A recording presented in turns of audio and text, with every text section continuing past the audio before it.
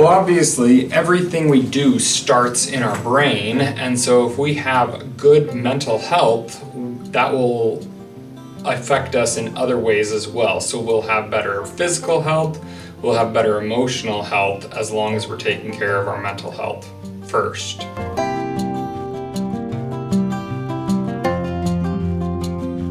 Absolutely. A lot of my clients have been coming in for anxiety-related symptoms because the quarantine or virus that we're currently going through is affecting, I would say, just about everyone, but I've definitely seen an increase in anxiety-related visits.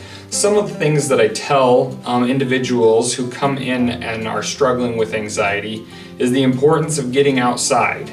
Obviously with this snowstorm that we had, that's a little more difficult, but it is important to go outside and start enjoying that spring weather that is just around the corner. So going outside, going for a walk for a couple of blocks, having a healthy diet. We're home a lot, so making home cooked meals we have a little bit extra time to do that. As well as just taking breaks from the social media and the constant buzz about COVID-19. It's important to take a break away from that so that we're not always hearing about it all the time. And then there's some things that you can't control. This virus is something that can't be controlled, and so we need to focus on what we can control, and what we can control is how we deal with that.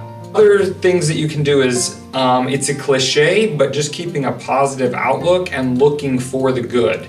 Oftentimes cliches come from good advice, and so being an optimist and looking for the good, looking for the helpers. Also trying to find a meaning through this. We've got a lot of additional time, and so trying to find a meaning of what we can take away. I've recently seen a lot of people talking about the increase in trying to help one another, help other community members, going to the store for immunocompromised people. And so if we can find something that we can actually do, it takes more effort rather than just trying to be happy. If we can find something that takes some effort to really elicit some good from this troubled time. Also, avoiding alcohol and drugs is always a good adage to live by, because they don't do anything to help us. And then also creating a to-do list. A lot of us have extra time, and so if there's been some project at your house that you've been putting off for months or maybe even years, today around this time is a great time to dig in and start cleaning out that room that's been needing to be cleaned out for a couple of months. But just getting started will make you feel a lot better, because you'll be able to check that box off that's been sitting on your to-do list for the past 7 or 8 months.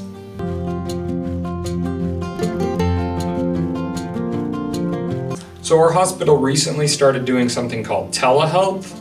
Telehealth is a video conferencing option that allows us for me to sit in my office on my computer and my patients to sit at home on their couch. All they need is a smartphone or a laptop, and that allows them to click on an email that we send them, and then their video camera will open up, and they'll be able to see me and I'll be able to see them, and they can talk to me from wherever they are. So you don't have to live in or around Emmitsburg or even in Palo Alto County. You can live in Dickinson or any county near us, and you'd be able to get connected with a counselor either that same day or the next day if that was something that was actually needed.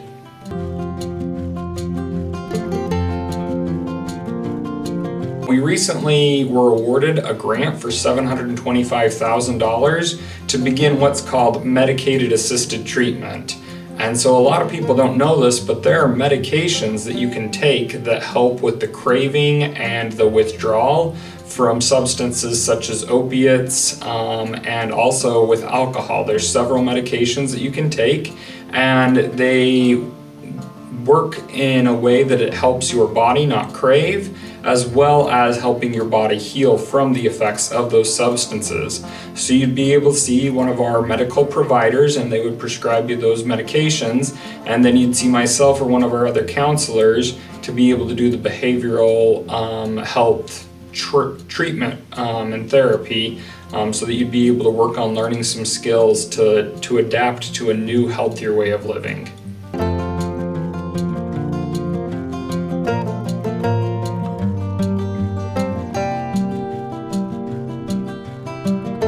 I don't have a lot, but I mean, maybe I should.